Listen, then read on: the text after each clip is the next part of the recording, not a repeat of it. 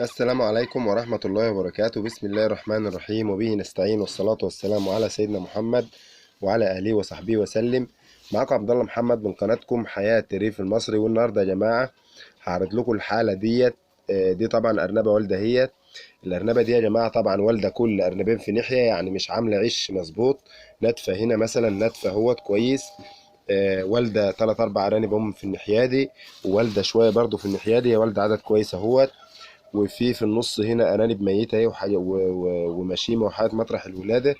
طبعا يا جماعه العش ده لو فضل على زي ما هو كده، الارانب دي كلها هتموت طبعا، نتيجه ان العش ده فيه رطوبه زايده. الارانب مبلولين على طول.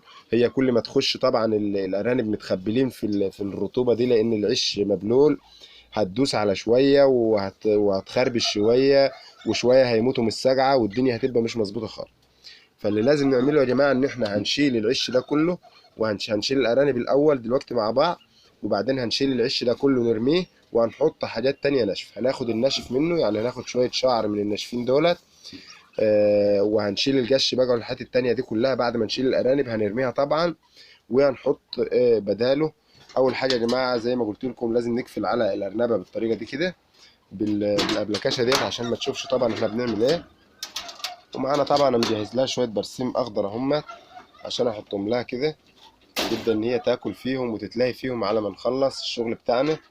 طبعا قلنا يا جماعه البرسيم للارانب اللي هي الوالده واللي شغاله مهم جدا. او الحاجه الخضراء عامه زي الخس مثلا، البقدونس، او الكزبره اللي هي الخضراء، او ورق الخس زي ما قلنا.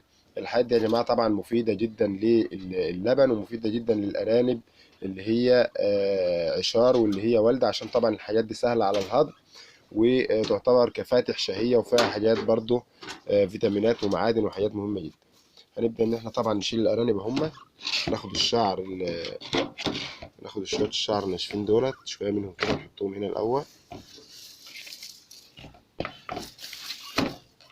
وفي شعر يا جماعة برضو أنا ببقى عينه في شكارة من الصيف بالأرنبة اللي هي بتنتف ياما، باخد النتف الزيادة أشيله طبعا، عشان طبعا بنحتاجه في الشتاء. فأنا عندي شوية برضو ممكن إن أنا أجيب منهم، وابدا ان انا احط في الارنبه دي. هنشوف الارانب مع بعض الحيين ونعدهم طبعا، ونطلع الارانب الميته والحتت اللي مطرح الولاده دي.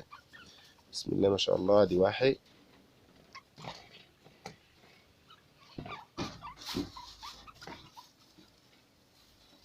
اتنين،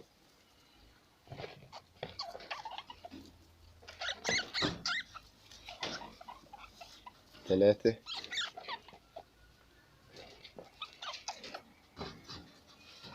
أربعة. دول أربعة هم كانت والدهم في ناحية،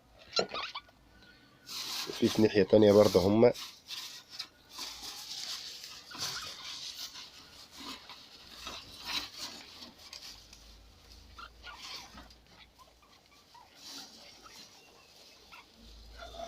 خمسة،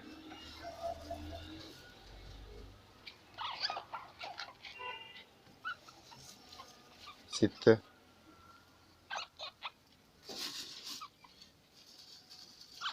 سبعة.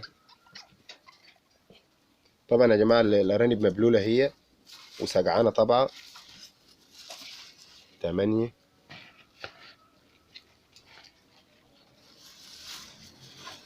9،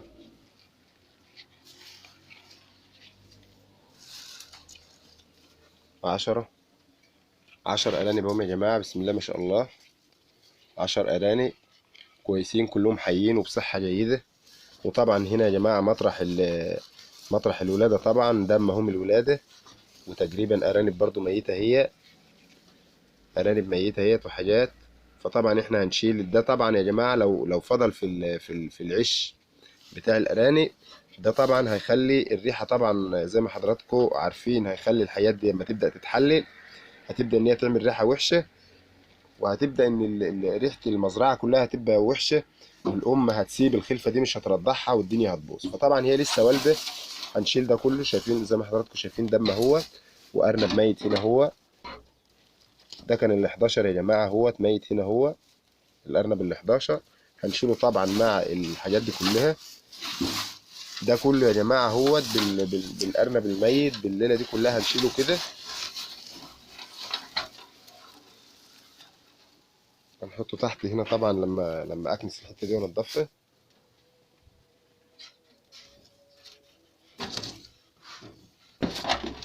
وهنغير برضو، هغير الفرشه بتاعه اللي هي بتبقى تحت الفرشه اللي تحت الولاده دي، بس هغيرها من تحت، مش هغيرها دلوقتي، لما اجيب كرتونه بقى، لان انا ما كنتش مجهز كرتونه.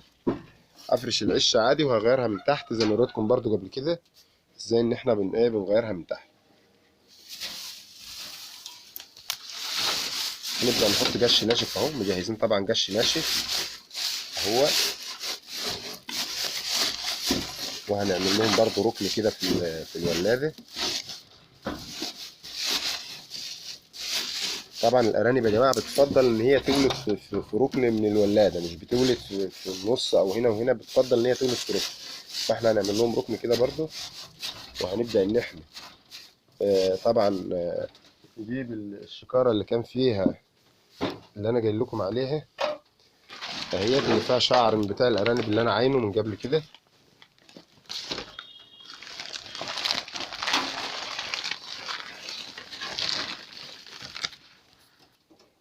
وجبنا شويه شعر اهمت من شعر الارانب اللي قبل كده، اللي انا عاينه من الصيف زي ما قلت لكم، كنت عاينه في الشكاره.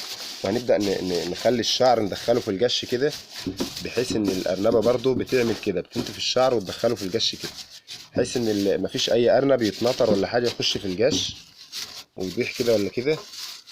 لان طبعا الارانب عاده، مش عايزين اي ارنب منهم نخسر اي ارنب منهم. طبعا احنا بنصور يا جماعه معانا الولادات اول باول كل يوم، بسم الله ما شاء الله، في ارنبه بتولد 8، في ارنبه بتولد 9، في ارنبه بتولد 10.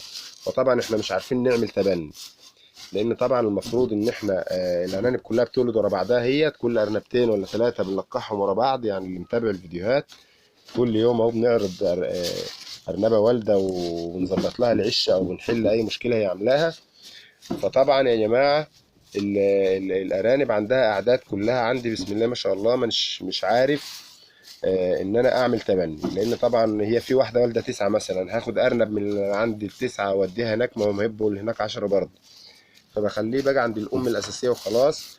وطبعا زي ما قلنا ان احنا بنبدا ان احنا نعمل لها شويه حاجات كده في نظام الاكل وبتاع، زي الحاجات الخضراء زي ما قلنا والحاجات ديت، عشان طبعا ان هي تقدر ان هي ترضع الاعداد دي. هناخد طبعا يا جماعه الشعر اللي عليهم ده طبعا مبلول، والارانب كلها مبلوله اهي زي ما حضراتكم شايفين، كل الارانب 10 ارانب همت مبلولين بالطريقه ديت. فطبعا كانوا هيموتوا كده كده، كانوا هيموتوا. فطبعا احنا عملنا العش اهو،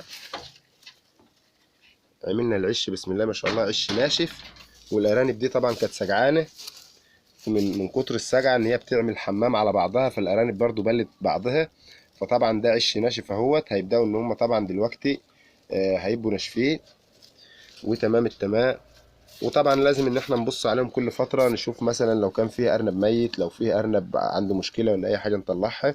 بس ان شاء الله هم كلهم راضعين كويس، ما فيهمش اي مشاكل يعني. هنجيب شويه شعر بس كمان من الشكاره، هم شعر ناشف غير الشعر اللي هو المبلول اللي كان عليهم ده. هنجيب شويه شعر ناشف كمان من الشكاره نحطهم عليهم.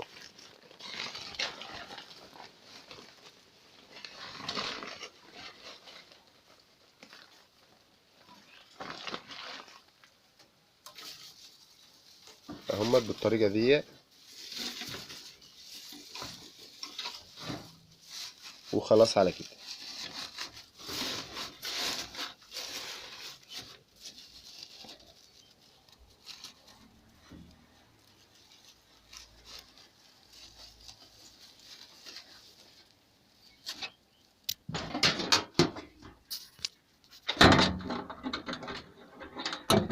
هنشوف برضو الام عندها اي ارنب ميت بره ولا حاجه، مفيش اي حاجه بسم الله ما شاء الله. وهنفتح بقى عليهم، الام تخش ترضع وتشوف الدنيا فيها ايه.